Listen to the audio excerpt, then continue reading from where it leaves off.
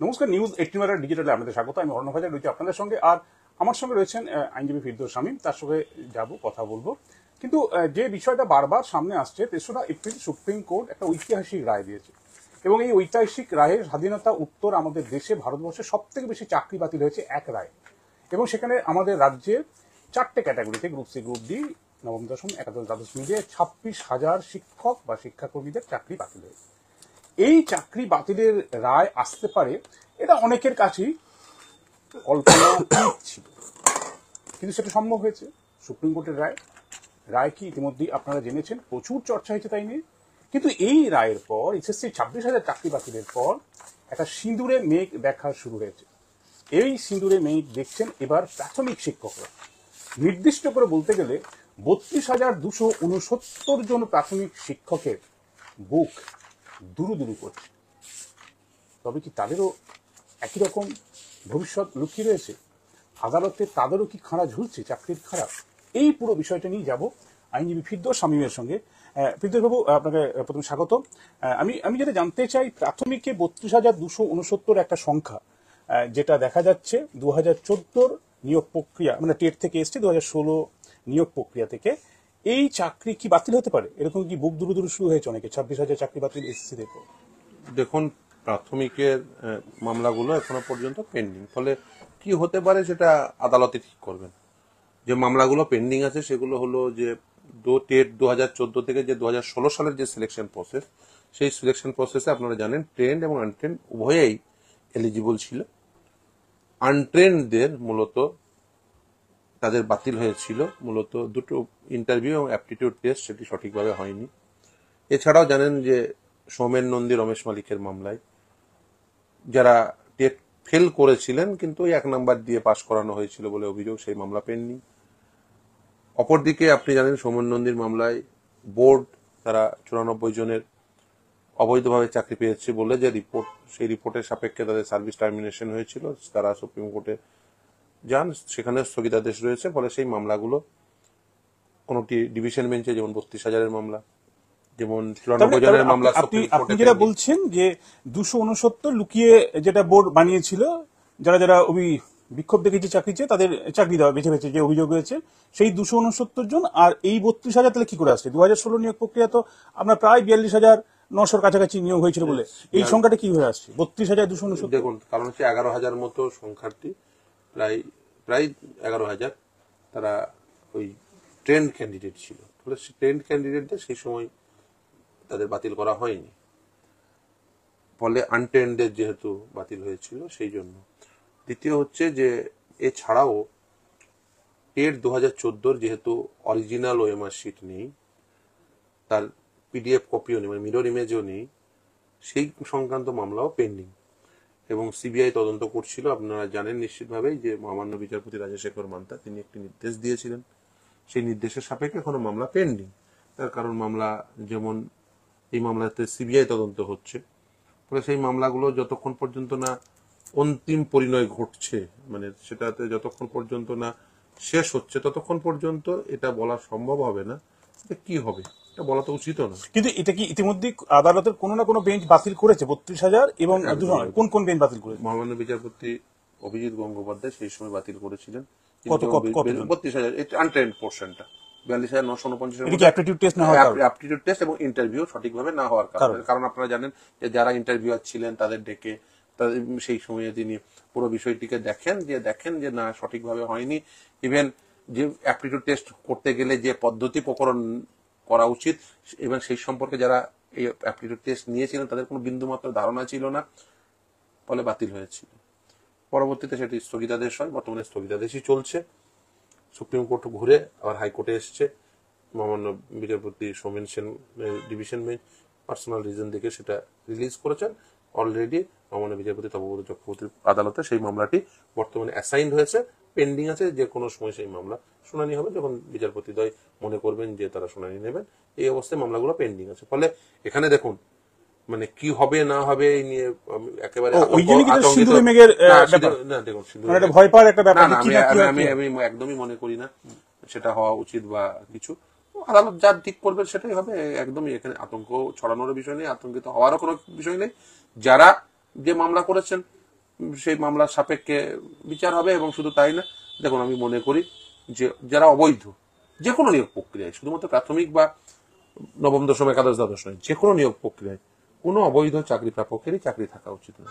কিন্তু মানে নিশ্চিতভাবেই যারা নিয়োগকারী সংস্থা তাদের উচিত যে বৈধতার সঙ্গে নিয়োগ প্রক্রিয়া চালানো, এবং যেহেতু যেগুলো ঘটে গেছে সেগুলো তার রিভাইভ করতে পারবেন না, ফলে যারা যারা অবৈধ সেগুলো আইডেন্টিফাই করা উচিত যে এরা এরা অবৈধ। সেটা যদি না করা যায় তাহলে তো বুঝতেই পারছেন যে নিয়োগের সংক্রান্ত আইন খুব পরিষ্কার, যে বৈধ অবৈধ ফারাক করা না গেলে ওটা নিয়োগ প্রক্রিয়া বাতিল হয়। ফলে এই অবস্থায় দাঁড়িয়ে যেগুলো ঘটে গেছে সেগুলো সাপেক্ষে অবৈধ কারা সেগুলো আইডেন্টিফাই করা, অপরদিকে সামনের দিনে প্রতিটি নিয়োগ প্রক্রিয়া বৈধতার সঙ্গে করা, এবং মিনিমাম ওই মার্কশিট গুলো সংরক্ষণ করা, সে সংক্রান্ত আইনটাকে আমি একটা বিষয় জানতে চাইবো যে এসএসসির ক্ষেত্রে আপনারা যে হার্ড ডিস্কটা সিবিআই উদ্ধার করেছিল গাজিয়াবাদ থেকে, এবং সেটা নিয়ে বিস্তর আলোচনা হয়েছিল, কিন্তু দেখা যাচ্ছে হার্ড ডিস্কই কার্যত জল আর দুধ আলাদা করে দিয়েছে। প্রাথমিকের ক্ষেত্রে সেই রকম কোনো অকাট্য নথি আপনাদের হাতে রয়েছে, বা প্রাথমিকের দুর্নীতির যে অভিযোগগুলো রয়েছে সেই অভিযোগগুলো 1, 2, 3, 4 করে যদি বলে? দেখুন, প্রাথমিকের অভিযোগ তো অনেক, যেমন ধরুন যারা টেট ফেল করেছে তাদের চাকরি দেওয়া, রিজার্ভেশন পলিসি মেনটেন না করা, panel with breakage of marks প্রকাশ না করা, বা রেদার কলকাতা হাইকোর্টের নির্দেশের পরে যে merit list with breakage of marks, তারা মেরিট লিস্টও বলছে না, list with breakage of marks প্রকাশ করেছিলেন, তার পরের দিনে একটা নোটিশ দিয়ে বলেন যে ওখানে এরর রয়েছে, অথচ এরর ফ্রি লিস্ট 2022 সালে বলার পরেও এখনো পর্যন্ত 2025 সাল হয়ে গেল, 3 বছর কেটে গেল, এরর ফ্রি লিস্ট কিন্তু এখনো এলো না। অথচ সেই লিস্ট থেকেই তুল্য মূল্য মানে একটা টেবুলার চার্ট করে অনেকেই মামলা করেছেন যেগুলো পেন্ডিং, যে দেখুন আমাদের থেকে কম নম্বর পাওয়া ব্যক্তিরা বিভিন্ন জেলায় নিয়োগ পেয়েছেন। ফলে লেস মেরিটোরিয়াস ক্যান্ডিডেটদের নিয়োগ পাওয়া, রিজার্ভেশন পলিসি মেনটেন না হওয়া, এই ওএমআর শিট না থাকা, ব্রেকেজ অফ মার্কস প্রকাশ না করা, এখনো পর্যন্ত panel with breakage of marks প্রকাশ না করা, এই সমস্ত অভিযোগ আছে। অ্যাপটিটিউড টেস্ট এবং একটা কনফিডেন্সিয়াল সেকশনের বিষয় ছিল বলছেন? হ্যাঁ, অবশ্যই। কনফিডেন্স সেকশনটা কি মানে প্রাথমিকের ক্ষেত্রে? দেখুন, সেখানে একটা কোম্পানিকে দায়িত্ব দেওয়া হয়েছিল, সেই কোম্পানিটি মূলত একটি চার্টার্ড অ্যাকাউন্টেন্ট ফার্ম ছিল, সিএ ফার্ম। সেই সিএ ফার্মটি তারাই ওএমআর শিট মূল্যায়ন করেন, তারাই প্যানেল তৈরি করেন। যদিও বেসরকারি হাতে পুরোটা তুলে দেয়। হ্যাঁ, একদমই। সেটা যদিও আইনে পরবর্তীতে সংশোধন নিয়ে এসে সেটা করেছিলেন, কিন্তু মানে অভিযোগটা যেটা মূলত সেটা হচ্ছে যে তারা ওএমআর শিটের কোনো হার্ড পিডিএফ কপি রাখেনি, মিরর ইমেজ যেটাকে বলা হয়। এসএসসি তাও তো মিরর ইমেজ খুঁজে পাওয়া গেছে পঙ্কজ বনসালের বাড়ি থেকে, কিন্তু প্রাইমারির ক্ষেত্রে আমার অন্তত পক্ষে জানা নেই এরকম কোনো মিরর ইমেজ পেয়েছেন বলে। যারা যারা আরটিআই করেছিলেন তাদের আরটিআই এর সাপেক্ষে কিছু নথি ছিল, সেই আরটিআই এর নথিগুলো, বা যারা আগে ওই সময়কালের মধ্যে একটা নির্দিষ্ট সময়কাল দিয়ে দিয়েছে, সেই সময়ে যারা আরটিআই করেছিলেন সেই সময়ের মধ্যে যারা আরটিআই রিপ্লাই পেয়েছিলেন তাদের কাছেই ওএমআর এর মানে মিরর ইমেজ বা সিবিআই একটা মামলার প্রেক্ষিতে একটা রিপোর্টে সিবিআই বলছে যে এই ওএমআর গুলো উড়িষ্যার একটা পেপার মিলে নষ্ট করা হয়েছে। হ্যাঁ, সেটা তো দেখুন, সেটা তো ফিজিক্যাল কপি ডেস্ট্রয়ের যে আইন সেটা রয়েছে, এটা তো মানে সেটা 2016 সালের যে রিক্রুটমেন্ট রুলস, যেমন প্রাথমিকের যেমন রিক্রুটমেন্ট রুল, এসএসসিরও সেই রিক্রুটমেন্ট রুলস রয়েছে 2016 সালে, যদিও রুল দুটো আলাদা আলাদা, এসএসসির জন্য এসএসসির 2016 সালের রুল, প্রাইমারির জন্য প্রাইমারি 2016 সালের রিক্রুটমেন্ট রুল। সেখানে খুব স্বাভাবিকভাবে যেহেতু ওএমআর ডিস্ট্রয় করার কথা বলা আছে, যদিও রাইট টু ইনফরমেশন অ্যাক্টে একটি তথ্য 20 বছর সংরক্ষণ করে রাখতে হয়, এবং ইনফরমেশনের ডেফিনেশন কি সেটা রাইট টু ইনফরমেশন অ্যাক্টে বলাও আছে। কিন্তু দেখুন, আমি প্রাথমিকের ক্ষেত্রে বলবো যে প্রাথমিকের মানে অ্যাজ সাচ এখনো পর্যন্ত আমার জানা নেই যে মিরর ইমেজ তারা রেখেছেন বলে। ইভেন বিচারপতি রাজশেখর মান্তা তিনি নির্দেশ দিয়েছিলেন যে যদি কোনোভাবে, কারণ ডিজিটাল ফুটপ্রিন্ট যদি থেকে থাকে কোনোভাবে, ইভেন কোনো সরকারি সংস্থা বা প্রয়োজনে বেসরকারি সংস্থার সাহায্য নিয়েও সেটা উদ্ধার করা যেত, কিন্তু সেই সংক্রান্ত মামলা বর্তমানে পেন্ডিং। ফলে আশা করব সেই মামলা সঠিকভাবেই সেই মামলা শেষ হবে, তারপরে দেখা যাক আদালত যা নির্দেশ দেবে। আপনি এসএসসির একাধিক মামলা করেছেন, কিন্তু আপনি যা বললেন তাতে একটু বুঝলেন এসএসসি যতটা স্ট্রং ছিল আপনাদের হাতে দুর্নীতির এভিডেন্স গুলো, ততটা কি প্রাইমারি ক্ষেত্রে এখন স্ট্রং নয়? মানে এসএসসি থেকে তুলনায় এই জায়গায় একটু বেটার পজিশনে রয়েছে প্রাথমিক বোর্ড? না, দেখুন, আমি এটা মনে করি না। রাদার প্রাথমিকের আমার যদি ব্যক্তিগত অনুধাবনা বলেন, তাহলে ব্যক্তিগত অনুধাবনায় আমার এসএসসি থেকে প্রাইমারি দুর্নীতি বেশি। কিন্তু ওই যে এসএসসি জাজমেন্টটি যদি পড়েন তাহলে দেখবেন যে সেখানে কভার আপের কথা বলা আছে।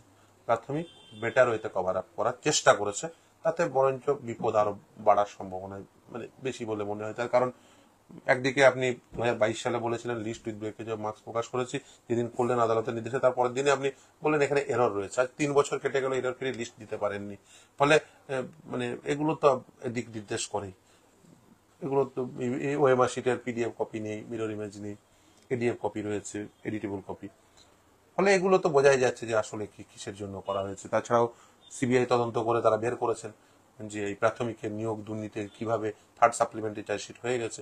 সেখানে আপনারা দেখেছেন যে একাধিক জনের টাকা নেওয়ার কথা, টাকা চাওয়ার কথা, সেগুলো সব উঠে এসছে।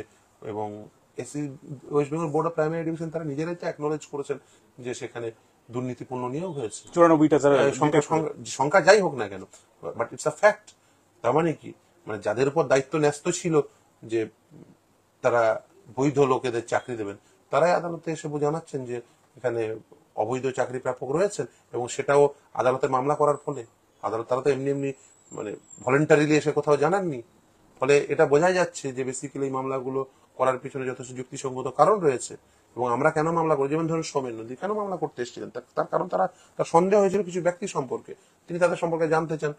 এসপিআইও করেন, ফার্স্ট অ্যাপিল করেন, স্টেট ইনফরমেশন করেন, পরপর তারপরেও তারা মানে অ্যান্সার পাননি। ফলে তারপরে মামলা করতে বাধ্য হয় অনেকে। তারপরে এই যেমন ধরুন 2016 সালের রিক্রুটমেন্টের সাপেক্ষে 2022 সালে যে লিস্ট বেরোলো, সেই লিস্টের পরে অনেকেই দেখছেন যে যদিও সেই লিস্ট ডিস্ট্রিক্ট ওয়াইজ যেভাবে দেওয়া উচিত, ডিস্ট্রিক্ট ওয়াইজ ক্যাটাগরি ওয়াইজ যেভাবে দেওয়া উচিত, এক্সেম্পটেড নন এক্সেম্পটেড রিজার্ভ মানে SC ST unreserved, even exempted non exempted যেভাবে লিস্ট করা উচিত সেভাবেও করা হয়নি, লিস্টই ত্রুটিপূর্ণ করেছেন। তো যাই হোক না কেন, যাই দিয়েছেন সেখান থেকেই তারা অ্যাসার্টেন করে তারা আদালতে মামলা করেছেন। এবং সেই মামলা যথেষ্ট সার্বত্র রয়েছে যে বেসিক্যালি হ্যাঁ কম নম্বর পাওয়া ব্যক্তিরা চাকরি পেয়েছেন। যেখানে যেমন ধরুন একাধিক ডিস্ট্রিক্ট এটা ঘটেছে, মালদার যেমন লাস্ট কাট আপ যেটা নেমেছে খুব কম, অথচ তার উপরে পাওয়া ব্যক্তিরা অনেকেই এখনো পর্যন্ত তারা সার্ভিস পাননি, তারা বাইরে ওয়েট করছেন। তারা এসে দেখাচ্ছেন যে দেখুন আমার এই উইদাউট ইন্টারভিউ অ্যাপটিটিউড টেস্ট আমার প্রাপ্ত মার্কস, যে ছেলেটি সিলেক্টেড হয়েছে, যে ছেলেটি এতদিন ধরে চাকরি করছে তার থেকে বেশি, ইটস দ্য ফ্যাক্ট। ফলে এই তারা চাকরি থেকে বঞ্চিত হয়েছেন, এতদিন ধরে বঞ্চিত আছেন। এটা তো এই ইলিগাল অ্যাপয়েন্টমেন্টের জন্য এটা তো স্বাভাবিক। অর্থাৎ ফিরদৌস যেটা বললেন সেটা একদিক দিয়ে অত্যন্ত অত্যন্ত কিছুটা বলবো কি, হ্যাঁ, উদ্বেগের একটা বিষয় রয়েছে। এসএসসির জাজমেন্টে সুপ্রিম কোর্ট বলেছে যে বিভিন্ন জায়গা দুর্নীতি অনিয়মগুলোকে কভার আপ করা হয়েছে, সেটাকে তাপ্পি দেওয়ার চেষ্টা হয়েছে, সেটাকে আড়াল করার চেষ্টা হয়েছে, এবং আর্টিকেল 16-14 মেনে সেটাকে বাতিল করেছে পুরো প্যানেলটা। একই রকম ভাবে প্রাথমিকের ক্ষেত্রেও কিন্তু এই কভার আপের চেষ্টা রয়েছে, এবং এই কভার আপটা কিন্তু এসএসসি থেকেও বেশি সূক্ষ্মভাবে করার চেষ্টা হয়েছে। কাজেই এই কভার আপটাও আদালতে তারা নিশ্চয়ই নিয়ে যাবেন, এবং সেখানে নিয়ে যাওয়ার পর কি তার ফেট লুকিয়ে রয়েছে, ভাগ্য কি লুকিয়ে রয়েছে, সেটা তারা টেস্ট করবেন। কিন্তু পরিষ্কার জানাচ্ছেন এখানেও প্রচুর যোগ্য, যাদের নাম্বার বেশি মেরিটোরিয়াস, তারা কিন্তু চাকরি পায়নি, তুলনায় অযোগ্যরা চাকরি পেয়েছে। এই সংখ্যাটা কিন্তু রয়েছে। তবে এটাও ঘটনা আপনাদের জানাই যে 2012 যে প্রাথমিকের টেস্ট শুরু হয় সেখান থেকে আজ পর্যন্ত প্রায় 87,000 প্রাথমিক শিক্ষক নিযুক্ত হয়েছে আমাদের রাজ্যের বিভিন্ন প্রাথমিক বিদ্যালয়গুলিতে।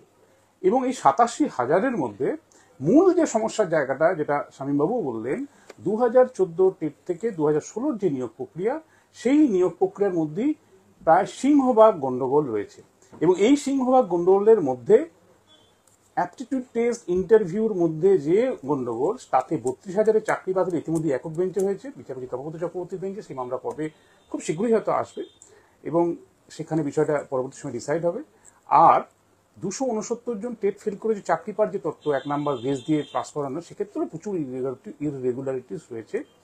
এই পুরো বিষয়টা নিয়ে কিন্তু প্রাথমিকে আগামী দিনে কিন্তু এই 32-33,000 চাকরি নিয়ে কিন্তু সত্যিই একটা দোটানা, একটা বুক দুরু ব্যাপার কিন্তু লুকিয়ে রয়েছে। অর্থাৎ আদালতের দিকে তাকিয়ে থাকতো কি হচ্ছে না হচ্ছে, এবং এই সংখ্যার মধ্যে যারা প্রাথমিক শিক্ষকতা করছেন তাদের কিন্তু সত্যিই একটা চিন্তা, তা বলার অপেক্ষা রাখে না।